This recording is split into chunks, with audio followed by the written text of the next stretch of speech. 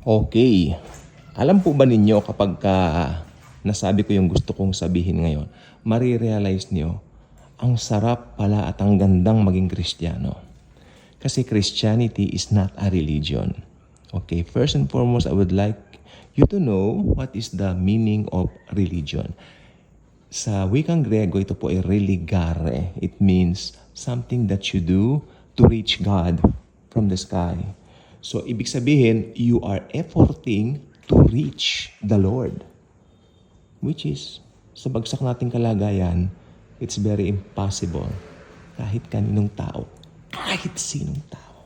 No way. No way. Walang makakagawa nun. Kaya nakalagay po sa Bible, yung hindi kayang gawin ng tao, ginawa ng Diyos. Sinugo niya ang kanyang bugtong na anak, si Jesucristo, upang mamatay doon sa krus ng Kalbaryo para tubusin ang buong mundo sa kasalanan. Kaya ano ba ang Christianity? Nakakalungkot that they view Christianity as one of the religions in the world, which is wrong. Hindi po religion ang Christianity. Christianity is a relationship with the living God. Pero, paano ka ba nagkaroon ng relationship? Simple lang po yan. Dahil naniwala ka na namatay si Jesus sa krus ng Kalbaryo. Period. Naniwala ka na walang ibang daan sa langit maliban si Jesus lamang. Amen? At after that, nagkaroon ka na ng relationship. Okay. After that, masasabi mong tinanggap mo na si Jesus bilang Lord and Savior mo. But, kailangan mo munang maniwala sa tinapos niyang gawa. Believing equals everything. Okay? So, itong gusto ko sabihin sa inyo, ang Christianity po is a living relationship with Jesus after you're being saved. Okay?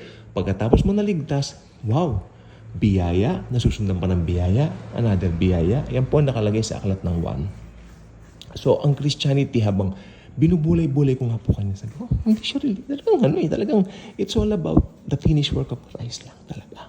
So, ang ganda po ng Christianity. Okay? So, nakakalungkot. Alam po ba niya, may kwento po ko sa inyo, no? We were, no? Yung friend ko, we were being invited sa isang, dalawa po kasi ito. Unahin ko na po itong isa. Sa isang church, no?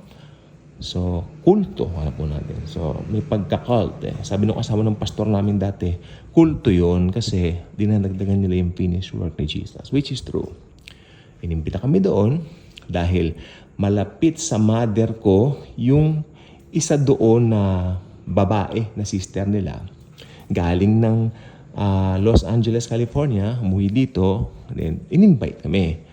So pumunta naman kami, no? At ang nanotice ko po, ang kanilang preaching ay pananakot. Sabi nila, pag dumating daw si Jesus, paano pag hindi ka nag-devotion? Paano pag hindi ka raw nag-church? So, ibig sabihin, pananakot ang motivation in order for their people to do their obligations doon sa kanilang religion or sekta or whatever you may call that. Okay, then after that, nanotice ko, alauna na, hindi pa nagpapakain. Then, tinawag ko na si, tita, ako, medyo gutom na po kami ng mga kasama ko. Anong oras na po? Ay, oo, sandali. Kanya. Tandaan niyo po ito, 1 o'clock in the afternoon. Doon lang yan ni-remind yung isang elder nila na magpakain na. Sapagkat ang dami pong pagkain. Ang dami pong pagkain. Doon lang nag-remind. Then after that, kumain kami.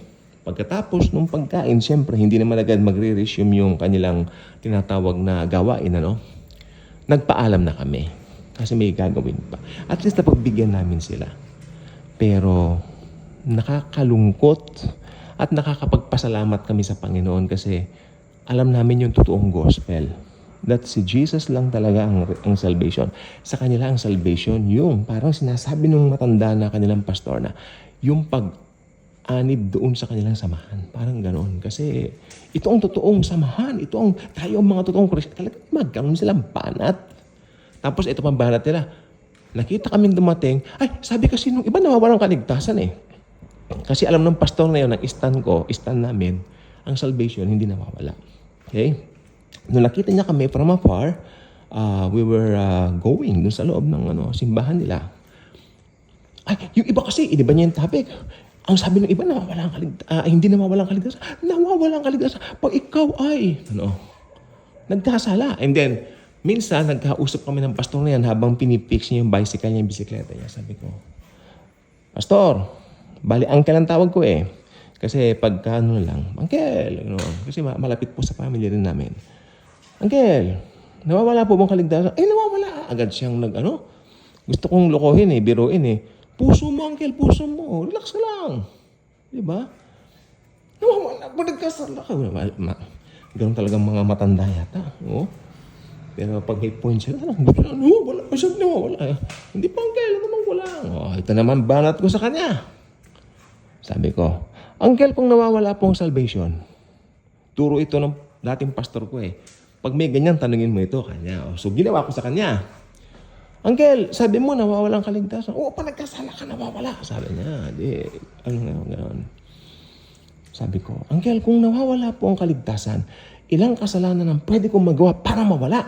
Ako, natigilan po talaga siya. To be honest, natigilan siya habang kinukumpi niya yung bisikleta niya. Then, tinignan niya ako. Basta pa nagkasala ka. As in, gano'n lang ang sagot. Basta pa nagkasala ka. Period. Basta? Yun na yun. Gusto ko sabihin, hindi ako kontento sa answer niyo, uncle. Hindi na, matanda Hindi ba? Ngayon po. And then, yung pangalawang pinuntahan po namin, bali ang na-invite po rito, ako at saka yung isang Baptist na kaibigan ko. Okay, so, syempre, malapit po sa amin, kasama namin sa negosyo yung asawa ng pastor. So, sabi ko, mag-i-invite. Sige, matagal na kami iniimbitahan. So, pumunta naman kami. Bali, meron po silang service, alas 7 ng gabi, mag-i-start ng 7 o'clock, matatapos ng 9:30. Okay, pinagbigyan ko po sila sapagkat after that, meron pa akong pupuntahan na Bible study namin na nakapunta nga ako roon 9:45 na ng gabi.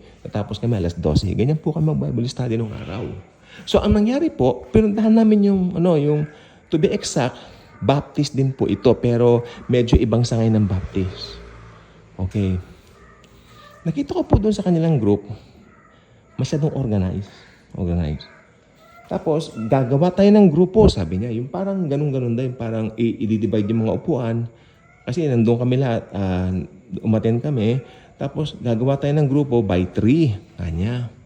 Tapos, yung tatlo raw, by 2 pala po, sorry, by 2. Tapos, pipili ka ng kasama mo, yung hindi mo kilala. Siyempre, yung kasama ko, ibang napili rin niya, ganun-ganun.